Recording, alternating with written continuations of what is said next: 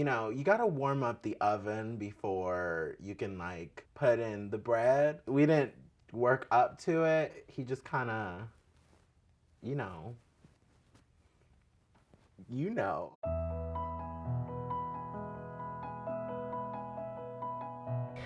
Hi, my name is Olivia, and I'm gonna tell you my virginity horror story. So I was a senior in college. I had just gotten back from a full year of being abroad. So when I got back to school for my last year, I decided I was gonna lose my virginity, and I didn't care who I was gonna lose it to. My friends were very supportive of this. They kept telling me, Olivia, you should really, you know, get a boyfriend or lose it to someone you actually like. But in college, it was pretty hard to find someone I actually liked. So I just figured, you know what, I'm just gonna get this over with. It's time. By the end of the first semester, I still hadn't lost my virginity. And it was the last week of finals, and my friends and I decided to go to the Standard downtown because we were 21 and we were finally old enough to actually go to bars instead of just frat parties. So my friends and I got to the Standard and we met a group of Australian men who were very good looking and Australian, so I'll take, you know, any accent. We started chatting with them and I had my eye on one in particular, and that was it. That was the moment I knew that I was gonna make him my person to lose my virginity to. My friend and I took two of the Australians back to her apartment on campus. But I took my Australian to my best friend Nicole's room. She wasn't there at the time. She was still out at the bar. So I took him to her room because I didn't live in that apartment. The Australian and I proceeded to get hot and heavy. Things started to move very quickly. We had sex and it was very short. And basically, immediately as it was happening, I looked down and there was blood everywhere. Everywhere. All over Nicole's white comforter. And the Australian flipped out. He ran out. I was just sitting on the bed in a pool of blood, freaking out. This isn't normal. I ran to the bathroom, sat on the toilet. I think I used a whole roll of toilet paper to like get it to like pad myself, and it did not stop. Went back to Nicole's room, grabbed her white comforter, rolled it up in a ball, and then I just ran the out of there because my other friend had, meanwhile, she was having sex with the other Australian in the other room. So I ran home. It was 4 a.m. and I had to walk home to where I was living in my sorority house. The bleeding did not stop for 5 days.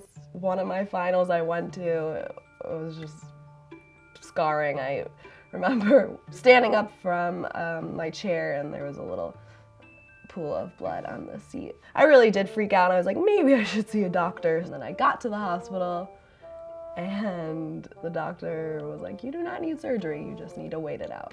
That is the cherry on top. And that's my virginity horror story. Yo, what's up? I'm Jeff, and this is my virginity horror story.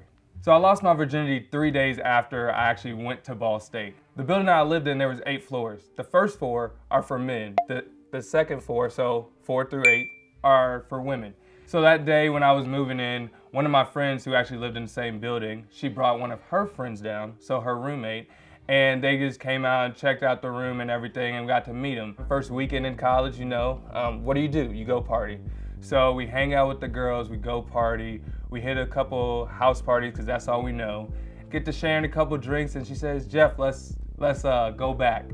So that's all I needed to hear. I follow her lead, we go back. She lives on the 6th floor, I live on the 2nd floor. Let's just leave it at that.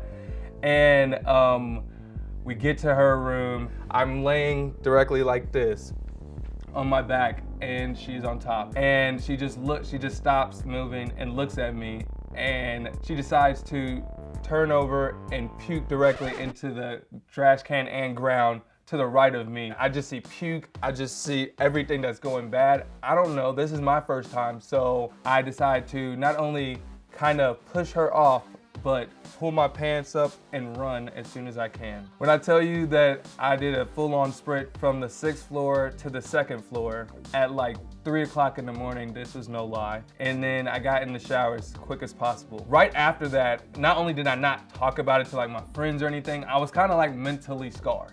And I still am to this day, if you ask me about it. Leaving that situation, obviously I am not a fan of any type of puking. I hated it, I left and dipped quick, and it wasn't my best moment. Only good thing is that me and her are still friends to this day. So that is great, and hopefully she's doing well. I decided to wear all white today, mostly to balance out the impurities that I feel like I'm gonna be saying in this video. Bear with me. Basically, we were dating in the summer and he asked me, do you wanna have sex for the first time? And I was like, no, no, that sounds terrible. Can we go to Olive Garden and get breadsticks instead?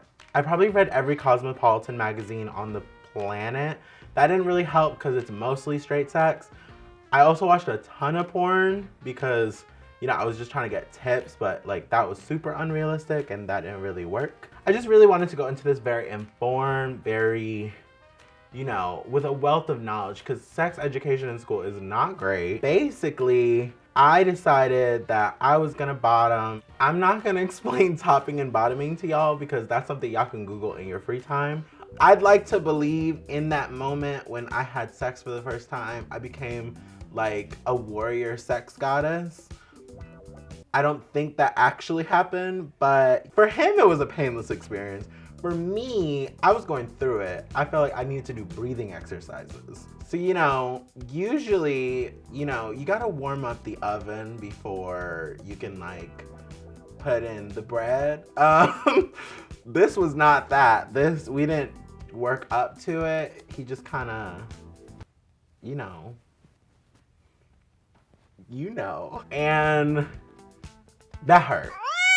After the fact, he was really sweet about it. We did cuddle afterwards, which for the men watching this right now, pro tip, the cuddling is often better than the actual experience.